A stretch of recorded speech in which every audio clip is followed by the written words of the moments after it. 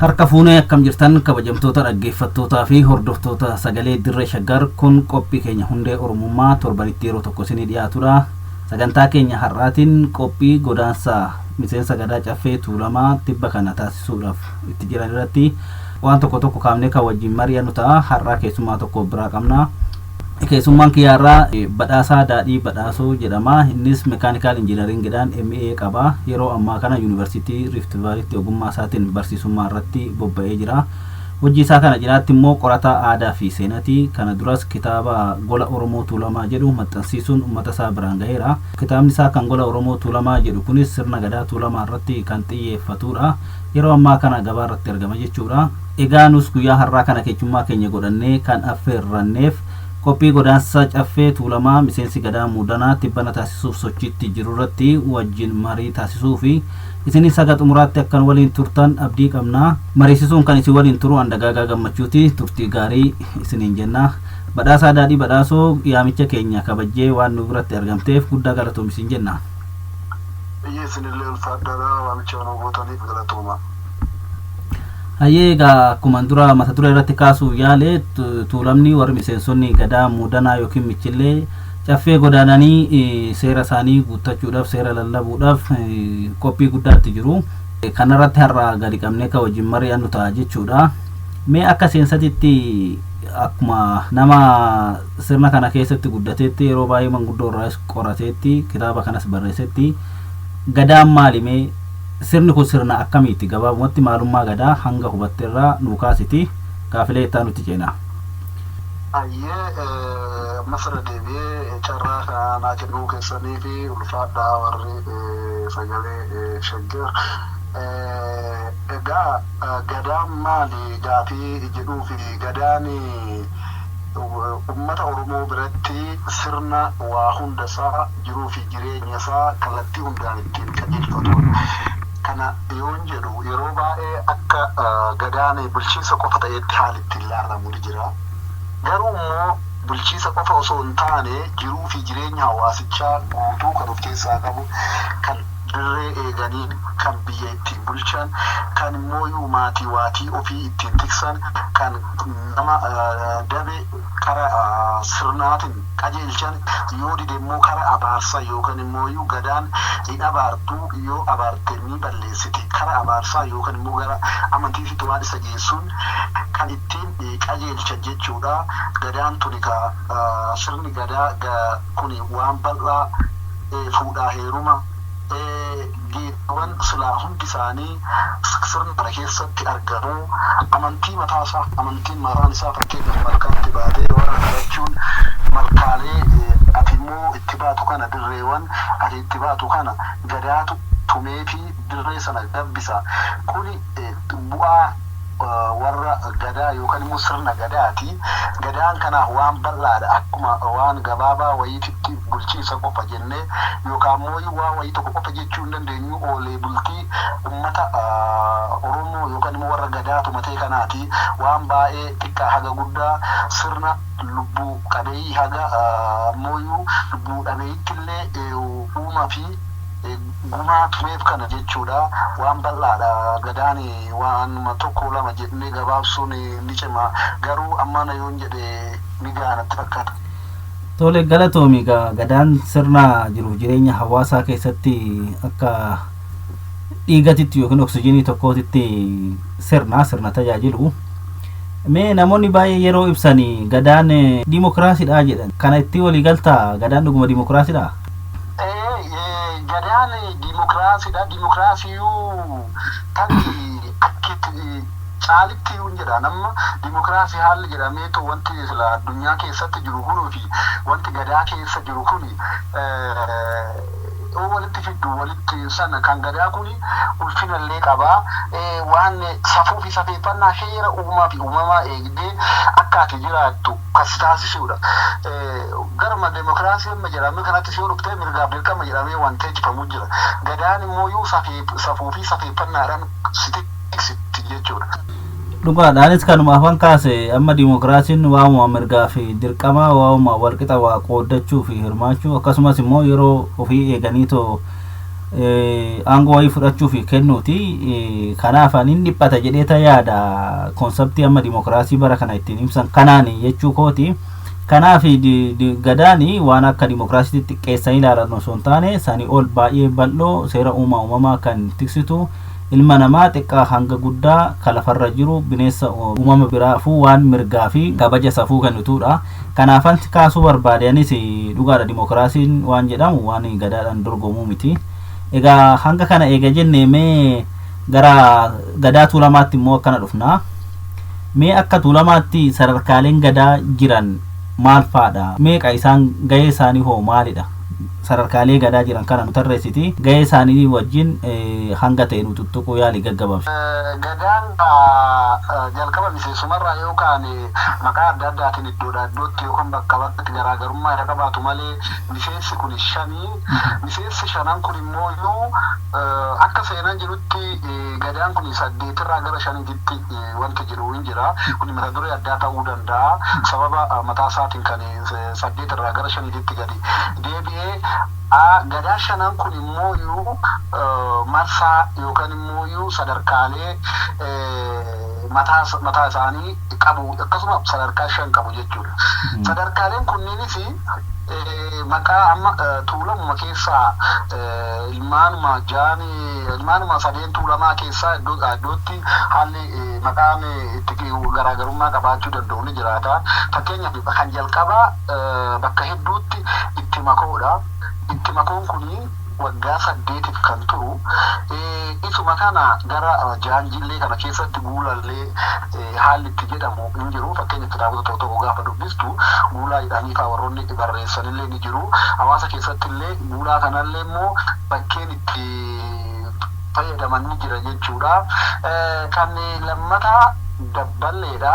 Dabballeen kun immoo sirna kana keessatti sadarkaa isa lammaffaadha. Sadarkaan itti makoo yookaan sadarkaan jalqabaa baay'inaan maqaa adda qabaatu yaada sadarkaa irratti dubbanne waliin galcha waan ta'eef itti makoon gaafa abbaan isaa jila jalqabu yookaan immoo kara sirnaatitti dhufuu jalqabee haga inni gootee keessaa bahutti kan wantoota jiranidha. Aduu inni buttaa qalu aduu abbaan isaa buttaa haa ta'u haa goodannaa haa ta'u gaafa sanarraa qabee itti makoo ta'ee waggaa 8tti tura jechuudha. Isatti kanaanu akkuma dura jechuu yaade dabballeedha. Dabballeen immoo erga waggaa 8 itti makoodhaan ture booda dabballee ta'ee waggaa 8 tura. Walirratti waggaa 16 dabballeen tuni karaa amma itti makoo dura xiqqoodha. Sirnatti makamee dura abbaa isaati keessa ture malee inni sirna keessa hin turre. Aduu abbaan isaa 40 abbaa ofii gahee guudatu yookaan buttaa qabu yookaan immoo sirna kana gaggeeffaturraa qabee immoo inni itti makoo ta'ee itti makoo fi dabballeen sirnoota wal ta'anii fi waggaa 8 waggaa 16 turanidha. Waggaa 16 gaafa xumuru yookaan waggaa 16 gaafa xumuru ta'a yookaan waggaa 14 xumuree gara 15ffaa gaafa jalqabu ta'a. Arrii buqqisa.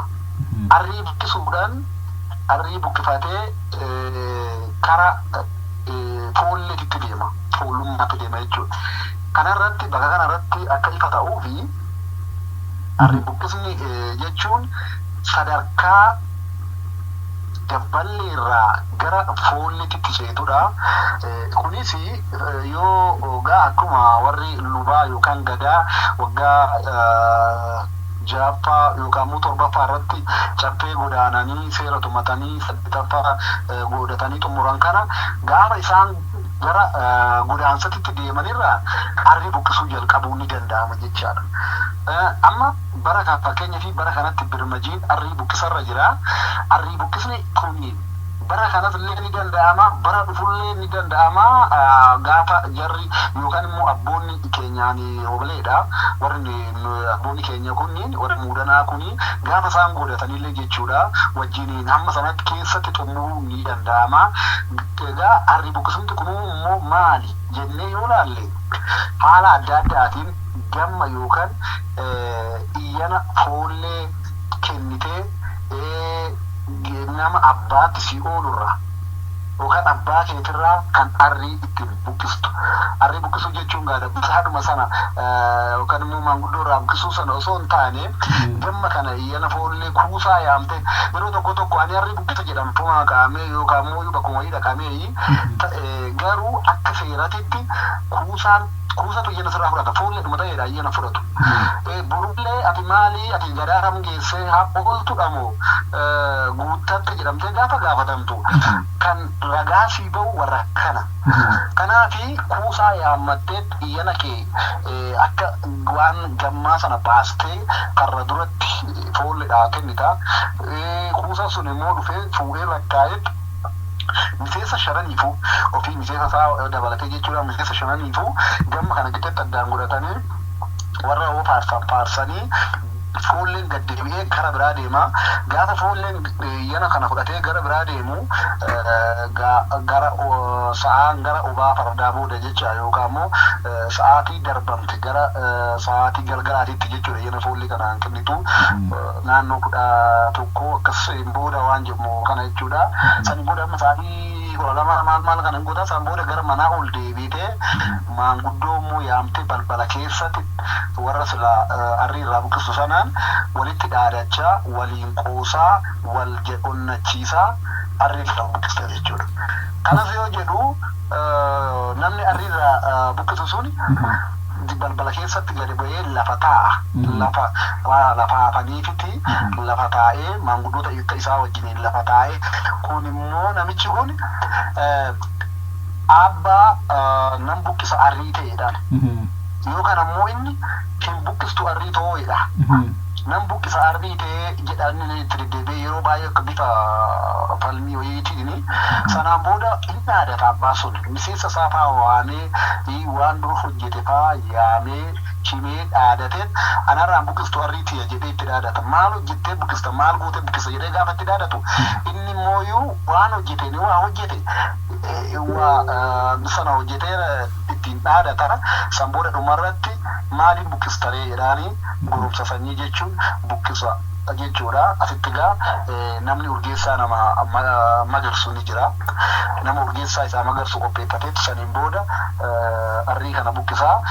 Kanaan booda aduu kanarraa yoo gaafuma jarri gara caffee yookaan immoo gara odaa nabee godaanaan kibba akkuma amma akka bara kanaa kana warri amma bara kana buqqisee kana yoo kan amma buqqisan baallii takka fudhatu. Amma roobaleedha foolleen garuu warri birmajii arrii buqqisaa jiru.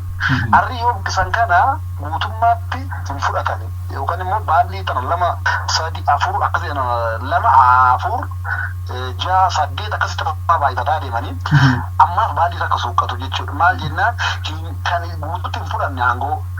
Aangoo kana kan fudhatanii yoo midhaanii gaafa warri roobalee yookaan warri foollee kun gamma warra muudanaatirraa baasee xumuree ofii isaatii foollummaa galchee qaalloo yookaan qondaala ta'u warri kun immoo foollee guutuu ta'anii akka barbaadanitti arrabsaa akka barbaadanitti dhiichisuu. Har'a garuu osoo warri foolleellee isaan arrabse afaan tolu malee hin lolani.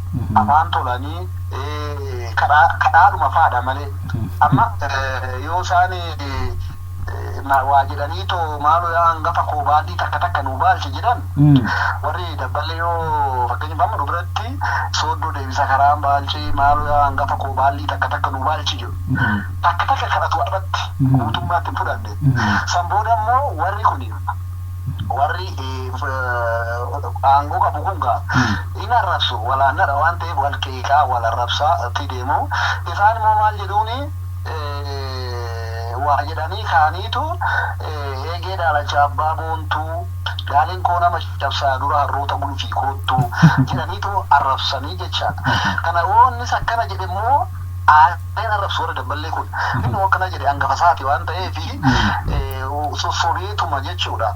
Wannuma gaafa'ee kanatu wannuma biqilii kanatu gurgurama hin oollee kanaafan akkana jedhe malee jedhaniituma faa walitti qoqqoosanii maayimmoo of koli jedhaniitoo waliin galchu jechuudha. Aangoo walii dabarsu kana keessaayyuu kan akkana jedhanii didan waggaan tiyya sun hin dhumneedha malee ati diddeedha fi muti Kana waan ta'eef akka kan itti aanu qaalloodha. Qaalloo yookaan immoo kan foollomaa kanarratti amma kuusaa jettee kaastee turte. Kuusaa jechuun hoogganaa foolleeti. Nama foollesa walitti qabeetoo namni hunduu gadaa gahuu isaatii fi dirqama isaa ba'aa jiraachuu waan isarraa eegamu guuttachaa jiraachuu nama hordofuu fi bakka sirnaatti argamee nama seera guutuudha.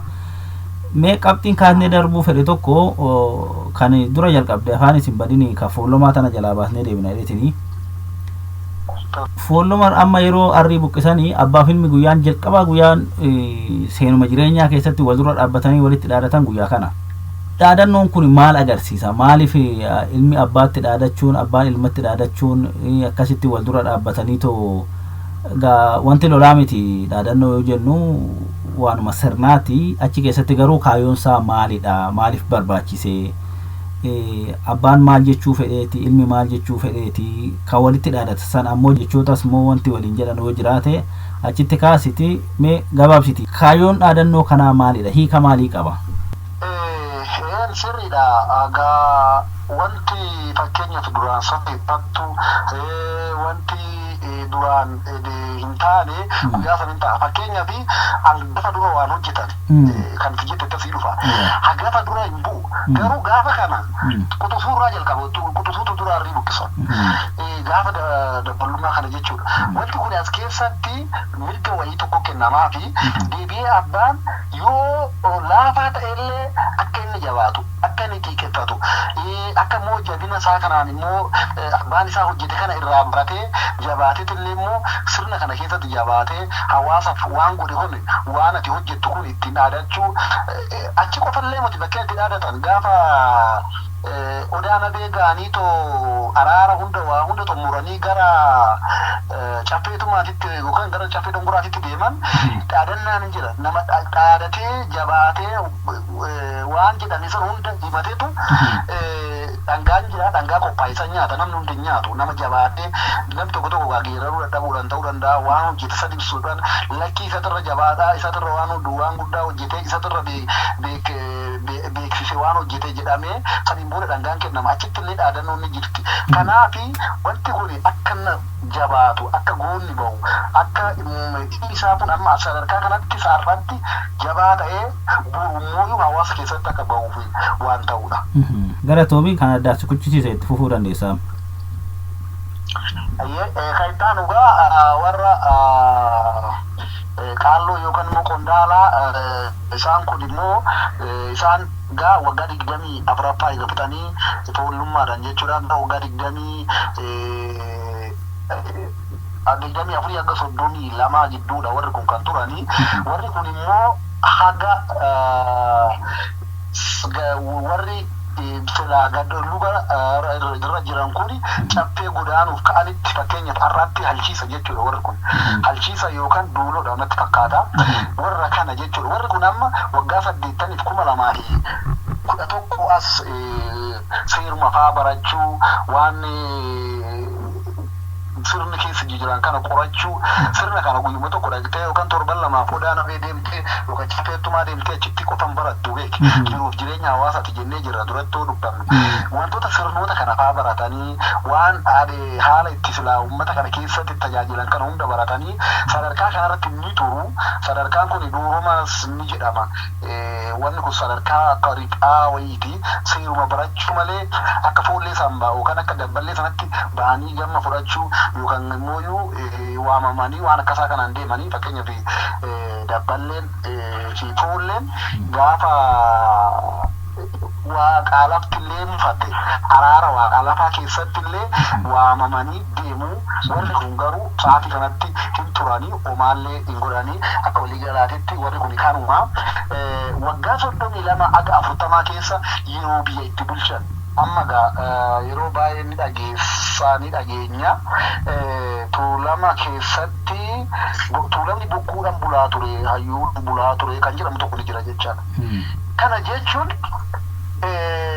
waggaa osoo gara odaana bee yookaan caffeetumaa hin godhaanin dura biyya bulchu. Fakkeenyaaf lubni yookaan immoo gadaan har'atti muudan.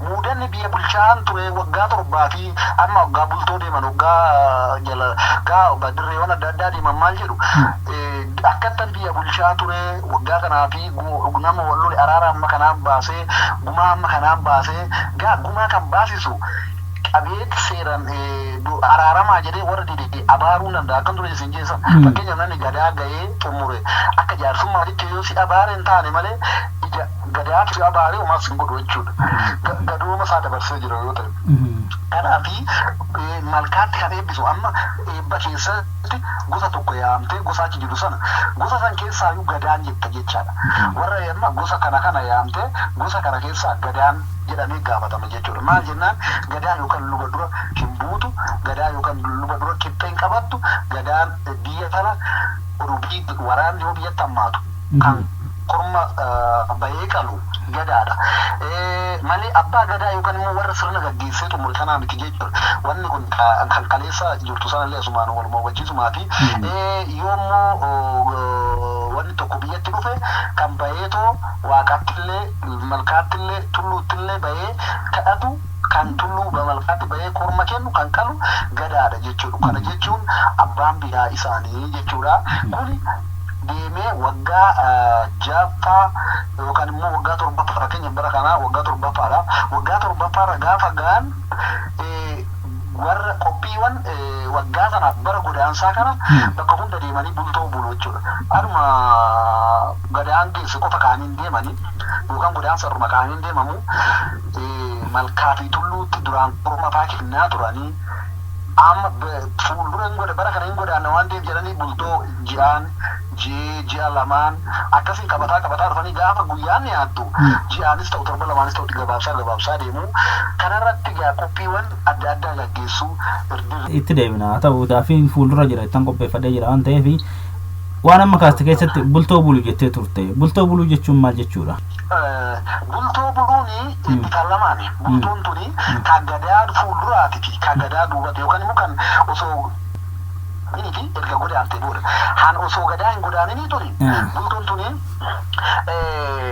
biyya kana keessatti rakkoo akkamiitu hin bulu mana nama tokko dhaqaniitti gadaan kormaan malee hin bultu korma morballoodhaa qaratu yookaan nama morballoo jechuun warra qabeenya qabaniin gadaadhaa fi eebbisnaa korma nu biti jedhuun korma kana gadaa hin diduu hin bitaafi saniin booda namni kana dhaqanii muraasa qe'ee isaaniitti sagantaa qabatu sagantaa qabataniitti sagantaa kana achi namanii achi bulu mana bultoo maqamtisaatu mana nama kanaa dhaqaniitti korma qalanii hayyuu isaanii akka gosa sanaatu amma akka daachetitti yoo ta'e warri daachi kuni bultoo wajjin bulfatoota amma akka sadarkaa ittiin bal'ata akka har'aa kana namni konkolaataan jiraatee geejjiba dargatee salphaatti hin deemu akkuma jaangalaanitti oduu fudhanne ilmaan jaangalaan hundi isaanii dirree ofiititti hayyuu qabu hayyuu isaanii sanaan deemanii bultoo bulchu gaafa bultoo kana maal mari'atu bara kana akkanatti deemnaa akkana goonaa rakkoowwan jiran hammamtu furamee nama meeqa xaraaramee eenyu buuyaa bulee eentu gumaa baasee eentu immoo araaramuu didee isin didee kana hunda wal gaafatu hunduugaa akka jiru gandaa fi aanaa wantoota jiran kana keessaa walitti himee waan kana qulqulleessanii warra dide nu wajjin hin godaantani yookaan immoo gosa isaaniitti itti himatu gosa sanaan yookaan biyya keessaa isin baasnaa yookaan tuulama keessaa isin baasnaa yookaan immoo gumaa hambaa baasaa yoo warra gumaa nyaachuu dides ta'e immoo gumaa nyaadhaa kaleessa kan du'e akka hin galle beeketuma kaleessa tuulamni seera waliin tumeetoo gumaa nyaadhu gumaa baase waliin jedhe gumaa nyaadhaa diigara waliin deemnu jedhanii warra sanaan gosa sanaan lolanii gosti sun yoo didde dirqamsiisanii akka warri sunillee araaramee kan bade silaa bade hin galu kan jiru akka waliin jiraatu godhu sagantaan bakka sagantaan kun itti gaggeeffamu osoo cabbiin hin godaanin dura bakka sagantaan akka kanaa itti gaggeeffamutu bultoo jedhama bulanii dhiigaa yookaan immoo biluudha wal qabanii achiin booda immoo beellama biraa bakka bakkatti qabatu ji'a lamatti isaa ta'u akkasuma godhu bifa kanaan deema bultoo jechuun kan. Hayyee galatoomii kabajamtoota dhaggeeffattoota keenyaa kan hordofaa jirtan sagalee dirree shaggar qophii hundee oromummaati kan irraa dubbachaa jirru immoo qophii muudanni gadaan tuulamaa godaansa caffee tumaatiif taasisaa jiru qophii jalbultiitirratti mari'achuu jirra kan waliin jiru immoo injiinar Badhaasaa Daadhii Badhaasuuti qophiin keenya akkuma itti fufetti jira ammas Mee injiinar Badhaasaa yeroo ammaa kana muudanni caffee godaanuuf qophiitti jira. Mee qophiin godaansan dura amma tuulamni irra jiru maal fakkaata akka waliigalaatti hirmaannaa fi sochiin warra sirnaa yookiin muudanni caffee godaanuuf ta'u taasisaa jiru maal fakkaata? Miseensonni gadaa biraa kan qooda qabanoo jiru qophii godaansan duraa kanarratti. Egaa qophii godaansan duraa kanaayyuu bakka lamatti qoonnee ilaalla. Jalqaba irratti kan fudhannu fakkeenya fi bara kana warri muudana 2017 akka biyya kanaa kanatti sagantaawwan adda addaa fuuldura gara barana hin godaanna jedhaniiti sagantaa kanaaf waan akka araara buusu akka namoota wal lolan kana araarsuu fi wantoota hedduu hojjetanii waan sana hunda keessa eega darbanii gara xumuraa yeroo lammaffaa yookaan immoo gara ammaa dhiyeenyaa kanatti yoo dhufan maal godhu bultoowwan akka dura kaasee sana fa'aa bulaa dirreewwan itti irreeffatamuu qaban gaa hunduu qe'ee ofiitti dirree qabaa hayyuu qaba. Dirree ulfina qabdu qaba. Dirqama caffeen tumaa fi odaan nabi seera tumuuf hin qaban wantoo dirree sana ulfina qabaachuudha jechuudha. Fakkeenyaaf fudhannu asii jalaan keessaa warri jaarsaa dirree isaan itti sila ari'aa itti fulan qabu. Dirree akka warra kanaatti itti ba'an qabu. Hayyuu mataa isaanii qabu. Gaa miseensa isaanii keessaa immoo hayyuutu jira. Hayyuun kunniin waan kana hunda to'atanii akka namni bakka hundaayyuu akka jalatti namni itti fageenya lafaatiin akka jalatti namni waan kana hunda godhanii hayyuun kun kana xumuranii gara xumuraatitti dhufu. Fakkeenyaaf bara kanallee wanni ta'e keessaa iddoowwan adda addaatti hamman quba qaburra sagantaa akka kanaa kana gaggeeffame warri jaanjiillee hayyuun jaanjiilleetiin jaanjiillee immoo akkuma gaa hayyoota isaanii qaqqabanii bakka tokkotti kan godhatan qabu deebi'anii immoo akka balbalaatitti illee yookaan achi keessatti kan godhatan qabu. Fakkeenyaaf asuma warri daachitis akka jaan galaanitti iddoo adda addaatitti taa'aa ture. Warra kana keessaa warri jiddaa malkaa dubbisaa dhaddacha dhanquu qarree gulbee kanneen irratti sagantaa adda addaa gaggeessaa turanii irreecha malkaa dhaqanii malkaatti irreeffatanii malkaa kana gaafa fakkeenyaaf gaafa guyyaa 18 tiitii fi gaafa guyyaa 14 furdee waliititti waan nyaatan kana kanuma ji'uma kana keessa jechuudha malkaa bu'anii malkaatti izgoo jedhanii tarii jechi kun afaan maal akka ta'e afaan Ingiliziitti fakkaatan beeku jechicha garuu kadhaa waaqatii nagaaran uummata kana geessi nagaaran nu galchi jedhanii itti dhaammatanii achi deebi'anii bultuu bulanii korma qalanii gadaanoo bultu korma malee godhuun qaliin hin bultu achiin immoo qarree golbeetitti qabatanii qarree golbeeti irratti immoo hayyuu warra halchiisa yookaan immoo duuloo kan isaanii maalitti waammatanii foollee roobalee kan sirna kana isaan baasu birbirsa kan fidu yaammatanii warri kun achi dirree warri kun immoo akka biyyaatitti warra kana biratti argamuudhaan sirna kana gaggeessanii jiru. Sirna kana keessatti hayyuunni egaa hayyuu gosa kamuu hayyuun qabdi jedheera. Hayyoonni kun abbaa hundi isaanii taa'anii hayyuun warra amma gadoomatti deemu biyya sitti kennee amma ani deemuufan ta'a amma ani deemutti biyya kana bulchi dirree kana tiksi malkaa kana eegi jedhaniit itti lallabatee sun immoo hayyuun halchiisaa immoo warra muudanaa irreechaan harka fuudhee kana qophii kana hunda xumuranii achii booda deemanii bultoo bulanii warra roobaleetiin immoo guyyaa akka kanaatitti fakkeenyaaf bara kana kan jedhame aduu guyyaa lamaa hin godaannaa gaafa guyyaa 3 odaana biititti wal geenya isin immoo guyyaan lama wajjaa duraa ta'a yookaan immoo wixata ta'a aduu kamisa wixata taanee guyyaa kamisa birbirsi akka foollee nuuf iddoodhanii foolleetti dhaammatanii foollee sanallee nama itti godhanii jiru. Achi keessallee warroota san keessaanillee nama tokko waan achi nu ga'e warra birbirsa baasu san keessaa maalitiin 80 bara kanaa akaakayyuu kiyyatu birbirsa kana baase yeroo toogaa wantichi qaama sana deema 40 bara kana ammoo siidaa badhaasoo ni beektaa siidaa badhaasootu warra muudanaatiif birbirsa kana fide bara kana ammoo obboleecha kiyya aan siidaa badhaasoo hangafticha kuusadha waan ta'eef inni isaatu geessaa inni kophaa waan hin deemne sooma wajjiniin jechuudha. Egaa bifa kanaan deemu jedhamee waan yaamameef warri kunillee gammaan dhaqanii abboonni birmajii abboonni roobalee fi abboonni warra amma itti makuu yookaan immoo meelbaa isaanillee achitti argamanii yaada faa kaasaa turanii fakkeenya fi seera akkanaa irratti rakkanne jedhanii faa abboonni roobalee meelbaa abbaan kafanii jechuudha ga'oo viidiyoo amma samoora deddeemaa jiru tokko irratti jalde waqtolaa jechuudha. Kan ajoodaan abee odeemtan adaraanuu sirreessaayii jedhanii kan isaan uummatatti dhaammatantu jira. Gaa wantoota akkana kanaan qabu bifa kanaan deemaa jiru waan kana fakkaata isin jedha. Ayyee galatoome egaa gadaan hunduu hayyuu mataa ofii qabdi dirreenis hayyuu mataa ofii qabdi. Tuulamni immoo irra caalaa hangafummaa fi quxisuudhaan seera isaa baay'ee kan gaggeeffatu.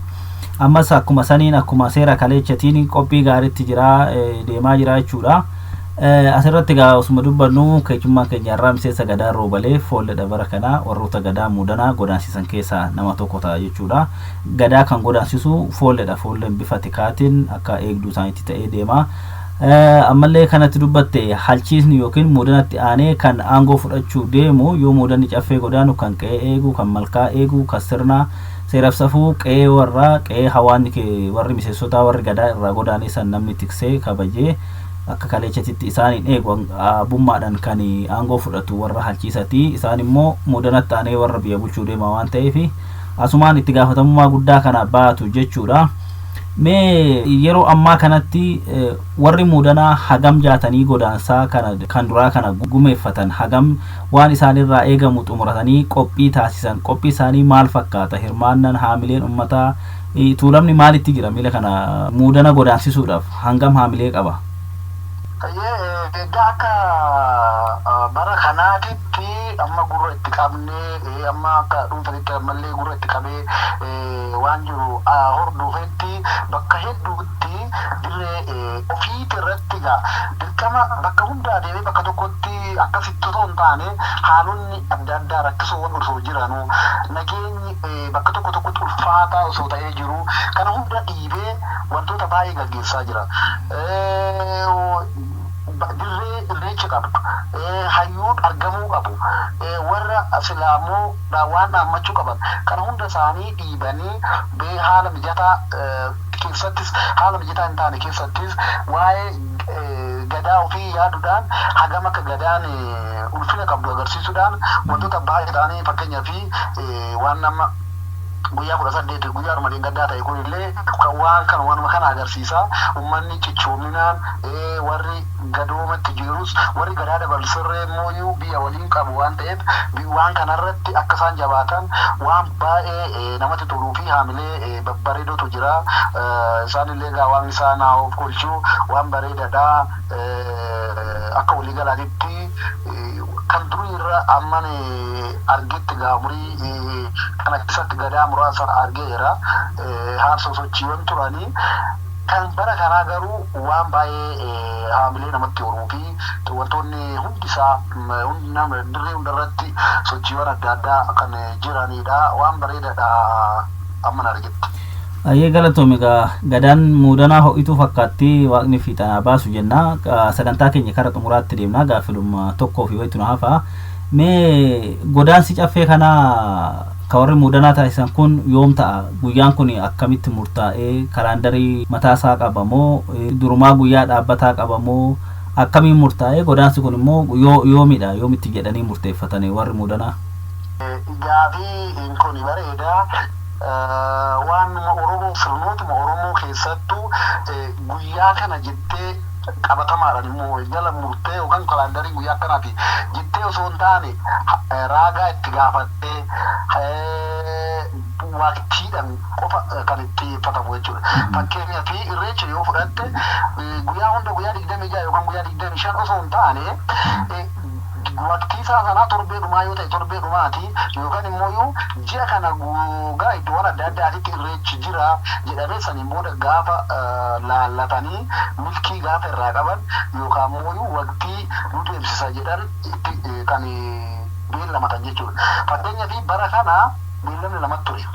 Beellamni jalqabaa eebla keessaa akka bobbaanuu jedhanii bultoodhaan mari'atanii warra wal arganiin hayyoonni mari'atanii murteeffatan. San booda raagaa itti gaafannaa jedhanii wal mari'atan. Gaafa kana raagaa bira deemanii raagan yoo kan ammaan deemtan ta'e miila awaarati barriyyuu bara bareeda kana miila awaaraa kanaan deemtanii miiluma awaaraan galuun caamsatti achi fifatanii yoo deemtanii bareedaa kan jedhu kanaan walii galanii saniin booda caamsaa kana xumuruudhaan jechuudha.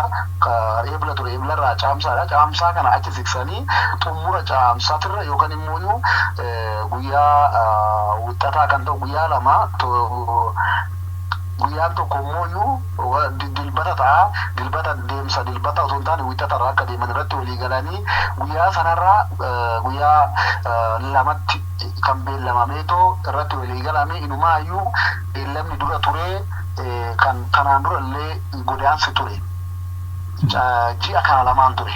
Caamsaa yookaan immoo dhiifama caamsaa osoo hin taane waxabajjii yookaan eebla ture caamsaa keessa hin godaananii kanaaf caamsaa darbanii egaa kana ta'e miidha awaaratiin jedhee waa raagan akkas jedhee akeekeef guyyaa kana immoo gamanatti dabarfatanii amma immoo yoodhaan inni torbee tokko aga torbee lamaa gidduu waan turruu fi xiqqoo waqtiin illee immoo gara roobatitti deemuu danda'a. Bakkeen kun halkan urfa buluutu jira. Kanaafi roobni nutti baay'ataa waan ta'eef jedhamee guyyaan as siqee guyyaa lamarraa beellamatanii too garanatti bara kanatti beellamatanii too deemu qophiitti jiru jechuudha. Kanaafuu waxabajjii lama fuuldura keenya jiru kana guyyoota 10 booda jechuudha. Amma muudanni godaanuudhaaf gaafa waxabajjii lama beellama qabatee qophiitti jira jechuudha. Ayyee galatoomii ani gaafii koo xumureera dhumarratti milkaa'ina jila kanaatiin wal qabsiiftee dhaamsi ati qabdu yoo jiraate carraa kana fayyadamiiti sagantaa keenya kanumaan golamna. Ayyee wanni ani dhaamu yoo jiraate egaa sirni kun fageenya irraa kan jiru dhiyeenya irras kan jiru warri waa kana burra sagantaa kanarraa waa barachuu qabna. Maanguddoon umuriidhaa fi nuti abboota keenya akka abbaa keenya akka akaakayyuu keenya abbaa keenya jalatti hin guddannee sababa adda addaatti sababa jiruuti sababa jireenya barnoota maal wantoota adda addaa jenneeti kan maatirraa fagaannee guddannee kana gaa hundi keenya nama baay'eedha nama xiqqaadha malee namni baay'een hin beeka nama xiqqaadha namni carraa sana argatu yoo achisa maatii kana biratti yookaan abbaa fi haadha ofii jala taa'ee seera kana argachaa irraa barachaa guddate waan ta'eefi carraa kanatti fayyadamnee namoonni waan barachuu qabnu waan dhaloota lafa kaa'uu qabnu maanguddoo achitti argachuu qabnu achitti akka argannee irraa seenaa waan ta'e irraa dhaallu irraa barannu kan jedhu dhaamaa dhaloonni hunduu waan keenyaaf barachuudhaaf qopheessinu kanuman jedha. Hayyee galatoomii injiinar Badhaasaa Daadhii Badhaasoo yuunivarsiitii Rift Vaaliitti barsiisaa kan ta'e sagantaa keenya har'aan wajjin taasifteef guddaa si galateeffannaa fayyaa ta'e. Badhaasillee jabaadhaa warra jajjaboo warra sirna irratti xiyyeeffatee hojjetu warra duudha irratti xiyyeeffatee hojjetu waan ta'eef jabaadhaa kan macaalaatti cimaa sin jedha.